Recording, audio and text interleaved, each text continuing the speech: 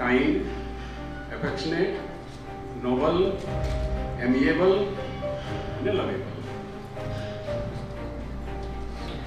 12th science ની student છે એટલે પ્રકાશનું પરાવર્તન, રિફ્લેક્શન ઓફ લાઇટ તો ભણે, પણ પ્રકાશનું પરાવર્તન ભણતા ભણતા અને રિફ્લેક્શન્સ ઓફ લાઇફ ની કવિતા લખી. પરાવર્તન ભણતા એનામાં જે પરિવર્તન આવ્યું, આ પરિનું વર્તન બહુ સકારાત્મક છે. Her thoughts should raise lots of eyebrows, but apart from all of this, I know her personally. She is very ambitious. The different shades of her life, as I know, the childish Kanal who always plays with my 2-year-old daughter, the studious Kanal who always want to be good in the study, the dancer Kanal who dance so well and gracefully in Navratri, the friendly Kanal, the helpful Kanal, and so about Kanal, and so on, so on, so on.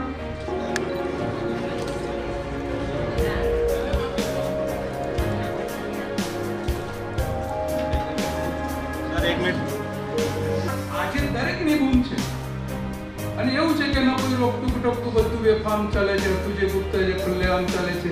હવે તો આરામ છે બાપુ, ગાંધી બાપુ તમારા પુણ્ય પ્રતાપે તમારું નામ ચાલે છે ને અમારું. જો એ શિક્ષક એ વિદ્યાર્થીમાં આત્મવિશ્વાસ ઉભો કરી શકે, that is the final life. હું માનું છું કે કાનલમાં એ આત્મવિશ્વાસ ઉભો થયો છે. આજે 12th સાયન્સમાં વિદ્યાર્થી હોય તો એ પોતે તો ગભરાય, ઘરના બધા એને ગભરાવે, હે જોજો બાર સાયન્સ છે એટલે પેલું વિચાર આમાં હા યાર બાર સાયન્સ, ઊંઘે નહીં સાહેબ, જાગે નહીં, ખાય નહીં, એવા સંજોગોમાં 12th સાયન્સ પણ ખરું. એના જ શિક્ષકે હમણાં કીધું કે એ રેન્કર અને ત્યારબાદ એનું પોતાનું તો ખરું અને સાથે સાથે વિચાર સાથે હોય એ એકમાત્ર આત્મવિશ્વાસ. માનું છું કે એ એવા દાદાની ઓપરી છે. એના દાદા બહુ મોટા છે,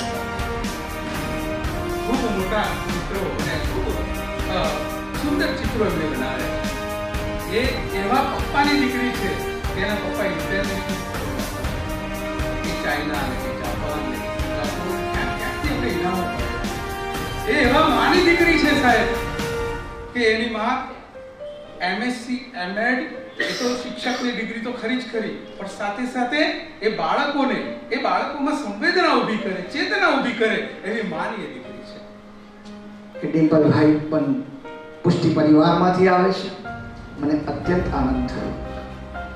મેં કાનલની વાત કરતા પહેલા હું કહીશ કે પુષ્ટિ માર્ગ એ કોઈ માર્ગ નથી, પરંતુ ફળ છે.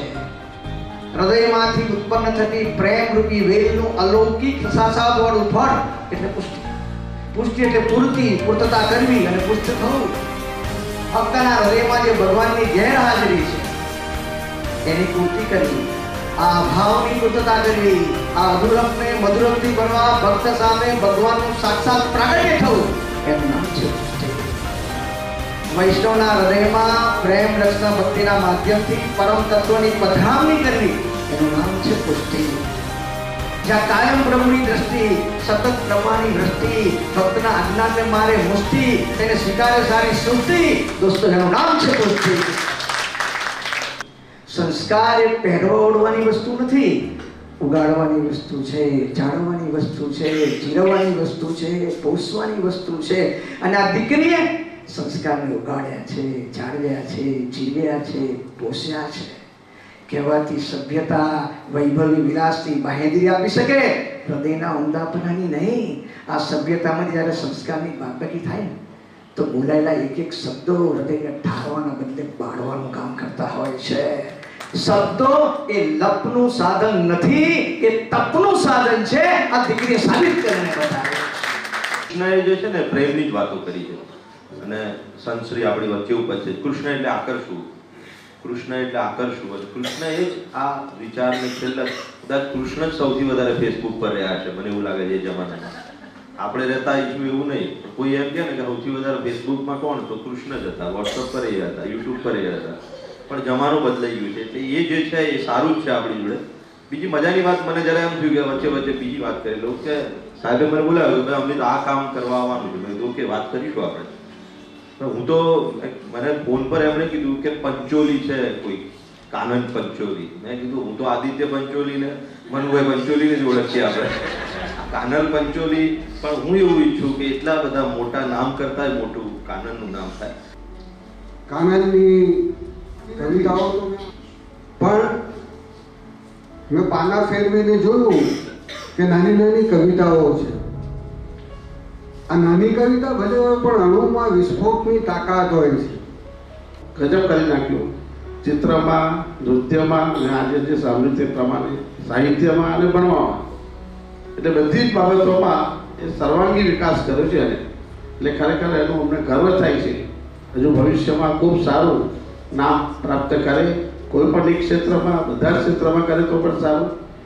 विवेकानंद કહ્યું છે कि great are only great because we are on our knees. उसका टाइटल मुझे बहुत पसंद आया. उसका टाइटल मुझे बहुत ही पसंद आया क्योंकि हर एक पोएम्स, हर एक फ्रेजेस, हर एक कोट्स जो आप अंदर देखेंगे वो इतने संवेदनाशील हैं. वो the ability to step into another person's shoes and to see through his eyes or her eyes. ये एबिलिटी को मैं सलाम करता हूँ. जब टूटने लगे हौसले तो बस ये याद रखना कि बिना मेहनत के हासिल तक ताज नहीं होते. जब टूटने लगे हौसले तो बस ये याद रखना कि बिना मेहनत के हासिल तक ताज नहीं होते. और ढूंढ लेना अंधेरों में मंजिल अपनी क्योंकि जुगनू कभी रोशनी के मोहताज नहीं होते. We visited Mr. Mahendra Shah, owner of Navbharat Sahitya Mandir, Ahmedabad, and in no time he published my book. So because of them and due to God's grace, the golden day of my life came. That is 22nd of December 2018 when I came and presented my book Reflections of Life in front of you at the age of 70. Last but not the least, I must say that I am proud to be girl of this nation and being a Gujarati importantly. ગુજરાતીમાં વિચારું છું એટલે જ હું અંગ્રેજીમાં લખું છું. My major aim of writing in English that I can share my work across the world through the international medium. બા દાદાના અંતરના આશીર્વાદનું ફળ સ્વરૂપ એ કાનન. નાના નાનીના પ્રેમ સિંચનની લહેરાતી ફસલ એ કાનન. મામા મામીના લાડ પ્યારનું મધમીઠું ગળપણ એ કાનન. કાકા કાકીને ભાઈ ભાંડુનું રણકતું રૂપું એ કાનન. જીવન સંઘર્ષ અને કાળની થપાટોથી નિખરેલું 100 ટચનું સોનું એ કાનન. પરિપક્વ છતાં કોમળ, સુંદર છતાં સંસ્કારી પંચોલી પરિવારનું પ્રતિબિંબ એ કાનન. માતા પિતાના જીવન વ્યક્તિત્વના પ્રતિબિંબની પ્રતિકૃતિ એ કાનન.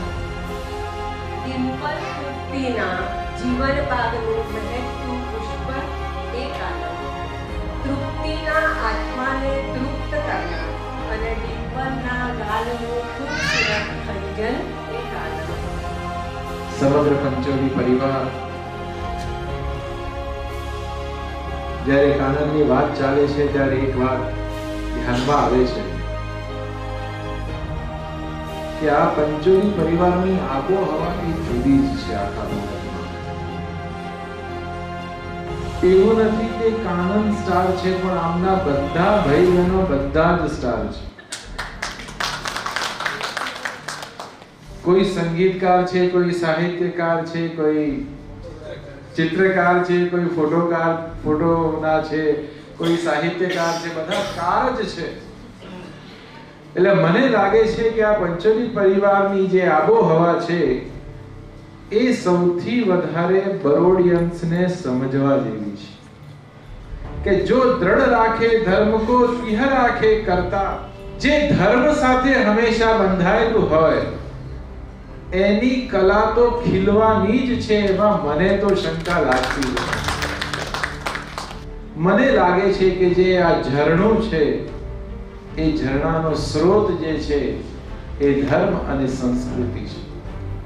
કાર્યક્રમ બહુ નાનો છે કે પુસ્તકનું પબ્લિકેશન, પણ એ પુસ્તક લખનાર કોણ અને એ પુસ્તકથી કેટલા કરોડ લોકોને, તમને ખબર છે ભારતમાં 63 કરોડ યુવાનો છે.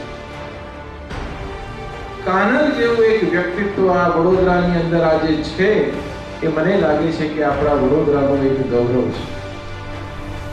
અને એક વાત નક્કી છે કે બાત નીકળી તો દૂર તરફ જાયેગી. શરૂઆત આટલી સરસ છે તો આગળ એની મધ્ય અને ઉત્તરાવસ્થા કેટલી સરસ હશે એની કલ્પના આપણે નથી કરી શકતા. પણ એક વાત હું ચોક્કસ કહીશ, એની ધગશ, એની ભાવના. એને મને પરમ દિવસે કહ્યું કે હું તો હવે કેનેડા જવાનું વિચારું છું. તો મેં ચણાનો દાણો દબાવીને જોયો કે શું જવાબ આપે છે. મેં કીધું ત્યાં જઈને શું કરશે, આ બધી કલાકારી મૂકી જવાશે, એના કરતા અહીંયા જ રહે ને. એને બહુ ખોખારીને વાત કરી અને કહ્યું કે ના ના, જ્યાં જઈએ ત્યાં કલા તો આપણી સાથે ને આપણી જિંદગીમાં વણાયેલી છે. મને લાગ્યું કે આની જે ધગશ અને આની જે સ્ટાઇલ છે બોલવાની અને જે ખુમારી છે એ કદાચ આના સાહિત્યને એવા શિખરોનું સોપાન કરાવશે કે આપણે કલ્પના નહીં કરી શકીએ. એટલી સરસ આ કાનન આગળ વધે.